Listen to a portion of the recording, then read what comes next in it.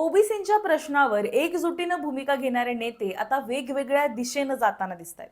ओबीसींच्या मोर्चाला अवघे काही दिवस बाकी असतानाच नेत्यांमध्ये समन्वयाचा अभाव असल्याचं चित्र समोर येतंय. छगन भुजबळ असोत, लक्ष्मण हाके असोत किंवा बबनराव तायवाडे असोत, ओबीसींच्या मुद्द्यावर या नेत्यांच्या भूमिका सध्या वेगवेगळ्या दिसत आहेत. विशेष म्हणजे मराठा आरक्षणाच्या मुद्द्यावर मनोज जरांगे यांच्या भूमिकेला छगन भुजबळ यांनी काही प्रमाणात पाठिंबा दर्शवल्यानं ओबीसींच्या आंदोलनाची दिशा आणि नेतृत्वावर आता प्रश्न उपस्थित झाले. त्यात लक्ष्मण हाके आणि बबनराव तायवाडे यांच्यात थेट शाब्दिक संघर्ष सुरू झालाय. त्यामुळे प्रश्न असा आहे की ओबीसी नेत्यांमध्ये नेमकं बिनसलंय तरी काय, आणि एकाच समाजाच्या मागण्यांसाठी लढणारे हे तीनही वेगवेगळे नेते तीन वेगळ्या भूमिका का घेत आहेत? नमस्कार, मी सारिका आणि तुम्ही पाहताय पॉलिटिकल महाराष्ट्र. या सगळ्या वादाची जी सुरुवात आहे ती लक्ष्मण हाके यांनी 1 सप्टेंबरला मुंबईत ओबीसींच्या विविध मागण्यांसाठी मोर्चाची घोषणा केल्यानंतर सुरू झाली आहे.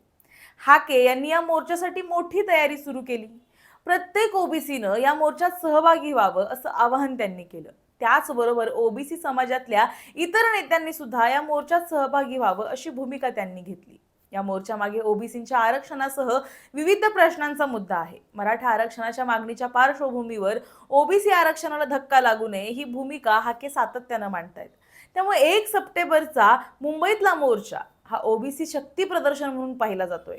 पण याच मोर्चाला आता ओबीसी समाजातले आणखी एक प्रमुख नेते बबनराव तायवाडे यांनी पाठिंबा नसल्याचं स्पष्टपणे सांगितलंय. तायवाडे यांनी सरकारच्या भूमिकेकडे आमचं लक्ष असल्याचं सांगत सरकारनं ओबीसी आरक्षणाला धक्का लागणार नाही असं आश्वासन आम्हाला दिलंय. त्यामुळे मुंबई जाम करण्याची काहीही गरज आम्हाला वाटत नाही अशी भूमिका घेतली आहे. इतकंच नाही तर हाके यांच्या मोर्चाच्या मागण्या स्पष्ट नसल्याचं सुद्धा त्यांनी म्हटलं आणि त्यामुळे हाके यांच्या मोर्चापासून तायवाडे यांनी अंतर ठेवलंय.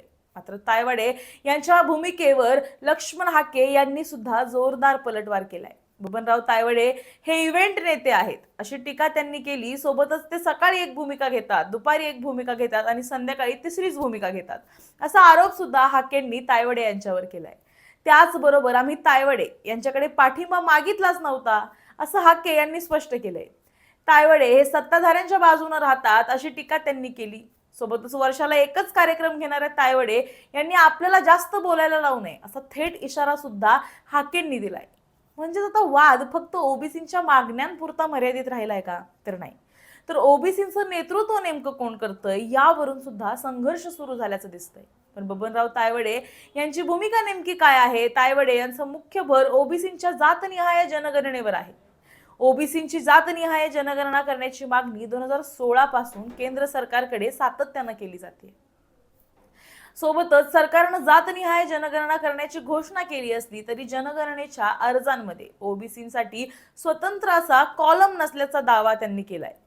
त्यामुळे ओबीसींसाठी स्वतंत्र कॉलम जनगणनेत समाविष्ट करावा या मागणीसाठी डिसेंबरमध्ये दिल्लीतल्या रामलीला मैदानावर आंदोलन करण्याची घोषणा तायवाडेंनी केली आहे. म्हणजेच लक्ष्मण हाके यांचा भर सध्या 1 सप्टेंबरच्या मुंबईतल्या मोर्चावर आहे. तर तायवाडे यांनी जातनिहाय जनगणनेच्या मुद्द्यावर स्वतंत्र आंदोलनाची भूमिका घेतली आहे. यात आणखी एक महत्त्वाचा मुद्दा म्हणजे छगन भुजबळ यांची भूमिका.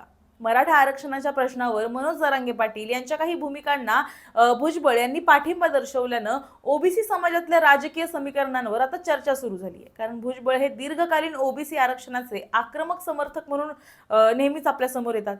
त्यामुळे त्यांची जरांगे यांच्याबाबतची भूमिका ही ओबीसी समाजातल्या इतर नेत्यांपेक्षा वेगळी असल्याचं चित्र आता निर्माण झालंय.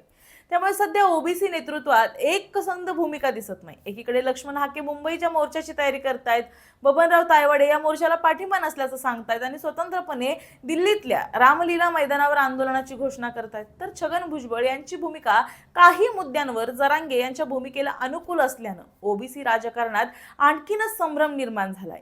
या सगळ्यामध्ये सर्वात मोठा प्रश्न आहे तो म्हणजे ओबीसी समाजाच्या नेतृत्वाचा.